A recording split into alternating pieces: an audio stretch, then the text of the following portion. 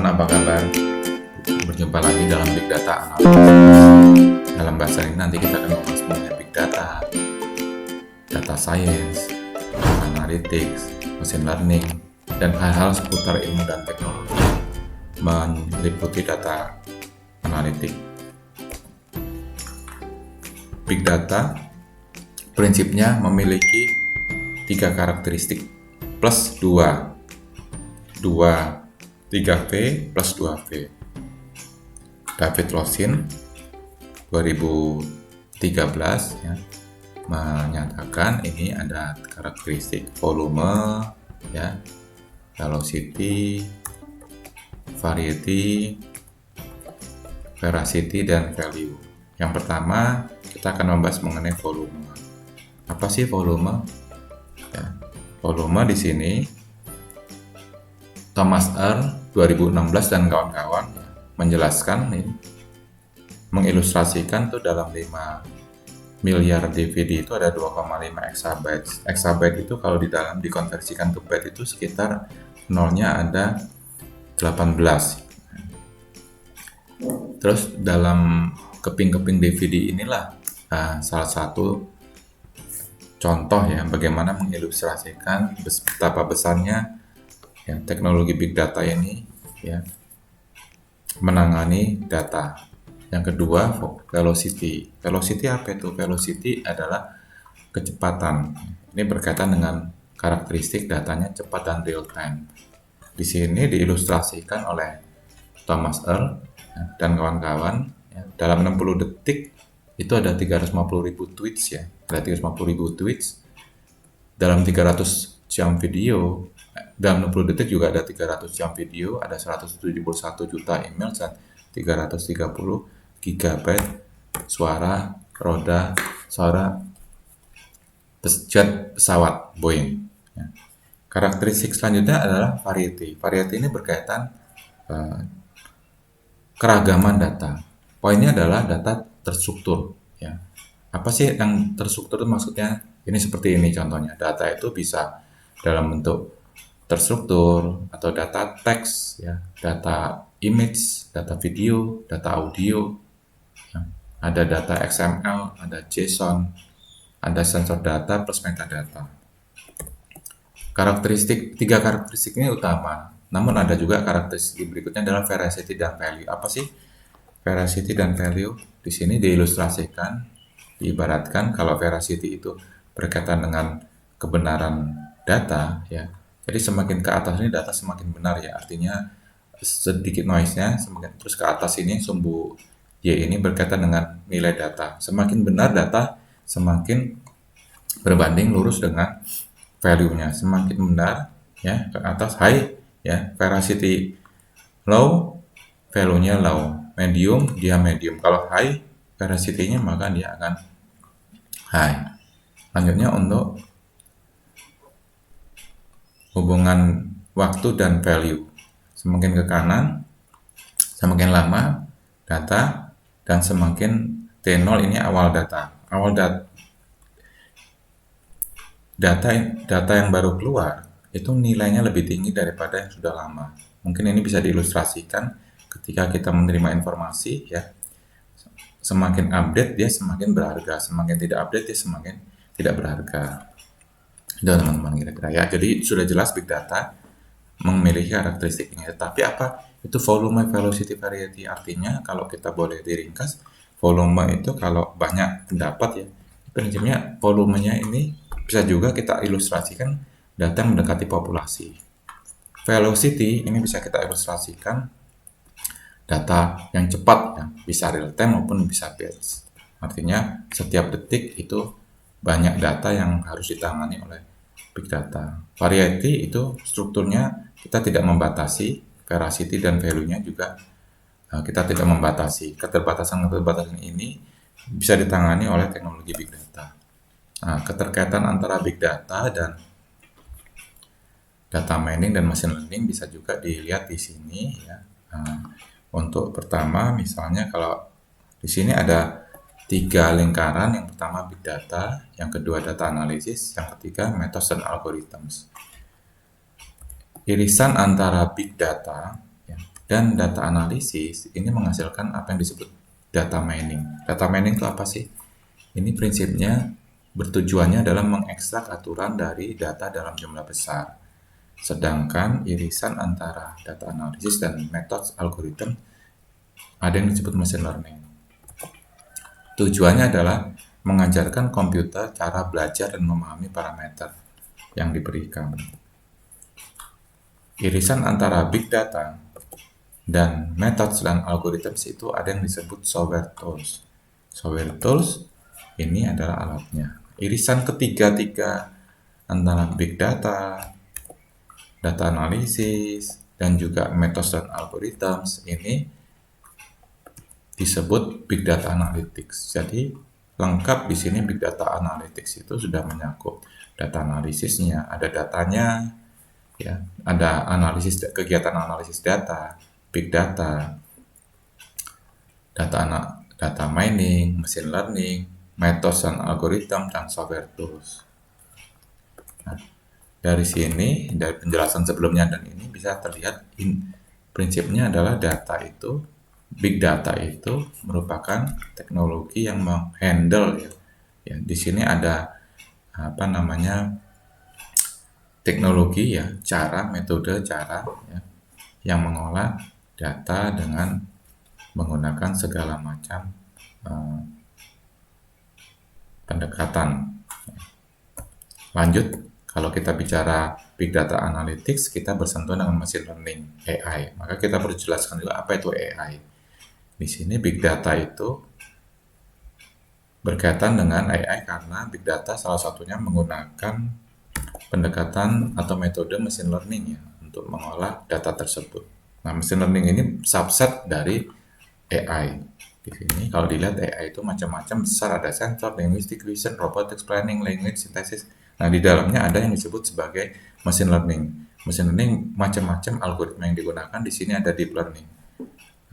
Nah, semua ini sebenarnya masuk dalam ilmu data atau data science, di mana dalam data mining itu sebelum kita memasuki machine learning ada data preparation-nya, proses mining, dan seterusnya ya. Baru nanti algoritma yang digunakan adalah dengan machine learning. Makanya tadi di atas digambarkan di sini ya, ini merupakan irisan dari bermacam-macam ya. Ada data analisisnya, ada kegiatan menganalisis data, terus ada datanya, ada caranya, ada metodenya atau metode yang spesifik yaitu untuk mengajari mesin untuk belajar, ada metode untuk mengekstrak dan mengolah data itu. Ini ada bendanya, alatnya ya. Oke. Satria Wahono 2020 dalam bidang komputer menyatakan disiplin ilmu data mining ini disiplin ilmu yang mempelajari metode untuk mengekstrak pengetahuan atau menemukan pola dari suatu data besar. Nah, seperti ini teman-teman ya. Jadi ibaratnya ada data dengan bermacam-macam, atau di sini ada masukannya, inputnya dalam bentuk bermacam-macam ya, lalu diproses sehingga menghasilkan dalam bentuk yang bisa kita mining atau kita ambil ya, apa yang diperlukan dari data tersebut. Diringkas, big data adalah aset dan data mining adalah penanganan. Ya. Atau kalau diumpamakan di sini, big data adalah barangnya nih ya, dan data mining adalah alat untuk mengolah barang. Clear ya? Di sini big data itu barangnya dan data mining adalah cara atau alat untuk mengolah barang. Alat untuk mengolah barang. Berarti alat itu ada caranya di sana. Bagaimana cara-caranya, prosesnya dan seterusnya.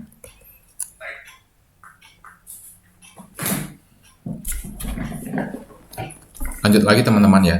Jadi Thomas Earl ini 2016 menjelaskan juga, karena kita bicara di big data, kita akan mengolah data. Data mau diolah seperti apa? Gitu. Prinsipnya kan seperti itu. Nah, kita ingin mengolah data itu sehingga data itu nanti bisa kita tarik ya dari data menjadi informasi, kita naikkan kastanya menjadi knowledge ya. Paling tertinggi adalah wisdom.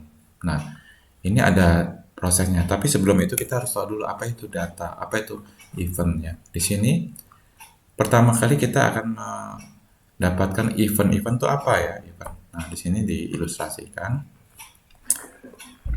Data itu adalah kumpulan dari fakta ya dalam bentuk kasar atau tidak terorganisasi. Nah, nih, raw data, fakta-fakta atau kejadian event ya, kita kumpulkan menjadi data. Lalu di sini setelah itu kita olah menjadi informasi. Informasi itu tadi data tadi supaya mudah untuk diukur ya, dipilah-pilah ya, sehingga kita mendapatkan data yang mudah untuk diukur, divisualisasikan, dianalisis untuk kebutuhan tertentu. Makanya biasanya ada kata kuncinya, kita dari data tersebut mendapat who, siapa, kenapa, kapan, di mana, ya. Apa itu?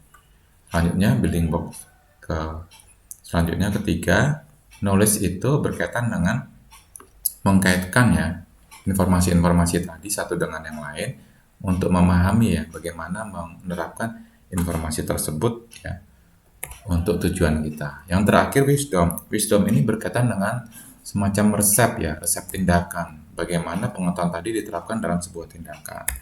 Jadi kalau kita urut ya antara dari event tadi ya, di collect datanya ya, terus langsung diolah menjadi diambil ya, dipilah-pilah, dikumpulkan sehingga menjadi data.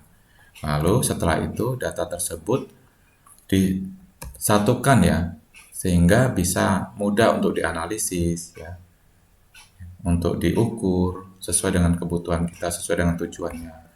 Lalu menjadi pengetahuan. Diolah menjadi pengetahuan ini adalah mengkaitkan ya potongan-potongan informasi tadi untuk kebutuhan tertentu.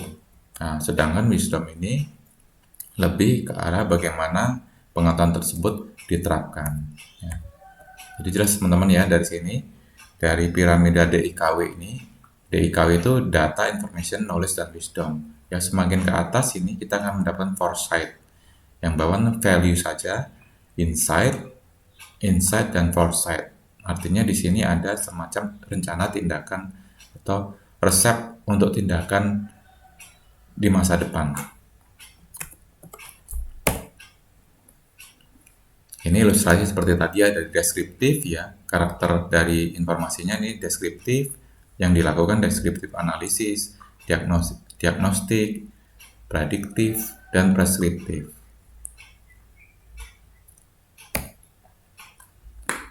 Kalau dicermati sebenarnya 8 tahap Big Data Analytics life cycle ini itu mirip juga dengan menggunakan teknik data mining. Ya. Diawali dengan kita memahami bisnisnya, proses bisnisnya seperti apa, identifikasi datanya, akuisisi data dan filtering, data ekstraksi, data validasi, dan juga di sini ada agregasi. Nah, di sini ada data analisis berputar ya, dan ini visualisasi. Dari sini setelah ini data analisis ya berputar sesuai dengan kebutuhan, lalu kita visualisasi, kembali lagi dan seterusnya. Sehingga setelah itu kita bisa menggunakan hasil analisis tersebut. Kenapa disebut hampir mirip? Kalau dicermati kan ini hampir mirip dengan Kris DM data mining ya. Nih, mirip ya dengan cross industry proses data mining. Sama ya, business understanding, data dari bisnis berubah menjadi dari event, berubah jadi data, lalu kita prepare, siapkan, kita modeling, evaluasi, deployment, terus ya. Selanjutnya apa sih?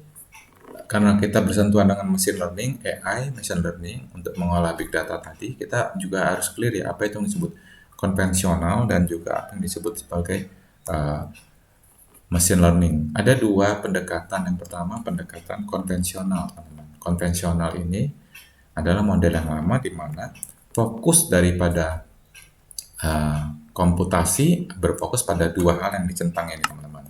Input dan rumus. Ini sudah ada, ini disediakan. Input dan rumus disediakan, jadi hasilnya adalah outputnya adalah resultnya adalah hasilnya adalah output ya. Sedangkan kalau yang machine learning ini berfokus pada input dan output. Kita ilustrasikan kalau yang konvensional seperti kalkulator. Kita siapkan dulu rumusnya di sini. Rumusnya misalnya C, kita buat rumus di sini, misalnya C sama dengan X tambah Y. Kalau orang menekan X sama dengan X, inputnya Y, maka kita hitung kalau dia tanya berapa jumlahnya, C sama dengan X tambah Y. Kalau dia nanya menekan tombol kurang, C kurang Y. Kalau dia kali, C sama dengan X kali Y. Sudah kita terapkan, lalu di sini tinggal di input. Ya. Ketika orang itu menginput X-nya 1, Y-nya 1, dia tekan tombol plus, maka di sini formula akan berjalan ya, 1 tambah 1 dan seterusnya. Nah, di sini tidak akan berkembang ya, kecuali kita akan merubah rumusnya. Nah, berbeda dengan machine learning. Machine learning tidak ada rumus di sini, dalam tanda kutip ya. Dia berfokus pada menyiapkan data ya, lalu menyiapkan jawaban. Ya. Nah, ketika data dan jawaban ini diberikan berulang-ulang, maka algoritma akan membentuk, sistem akan membentuk rule ya, formula, rule, brand atau kernel atau apapun yang disebut. Intinya di sini dia membuat semacam bagaimana memproses data tersebut untuk bisa menghasilkan ya, apa yang sudah diajarkan. Ini sebagai contoh adalah seperti mengajari burung beo berbicara ya. Di sini data diberikan, lalu terus ya diajari ya, data soal diberikan, jawaban diberikan ya, lalu diulang-ulang lagi, data diberikan, masukan dan jawaban diberikan, terus soal ya, soal diberikan ya, terus juga jawaban diberikan, terus berulang-ulang sampai pintar. Pada suatu titik kita uji ya level dari kecerdasan mesin learning tersebut. Ilustrasi dari mesin learning misalnya kita training ya, kita training data ya, kita berikan inputnya ya, input misalnya di sini diberikan gambar bebek ya, maka dikasih jawaban bebek. Terus ya dikasih gambar bebek, ini bebek jawabannya. Soalnya kelinci, mesin harus menjawab bukan bebek.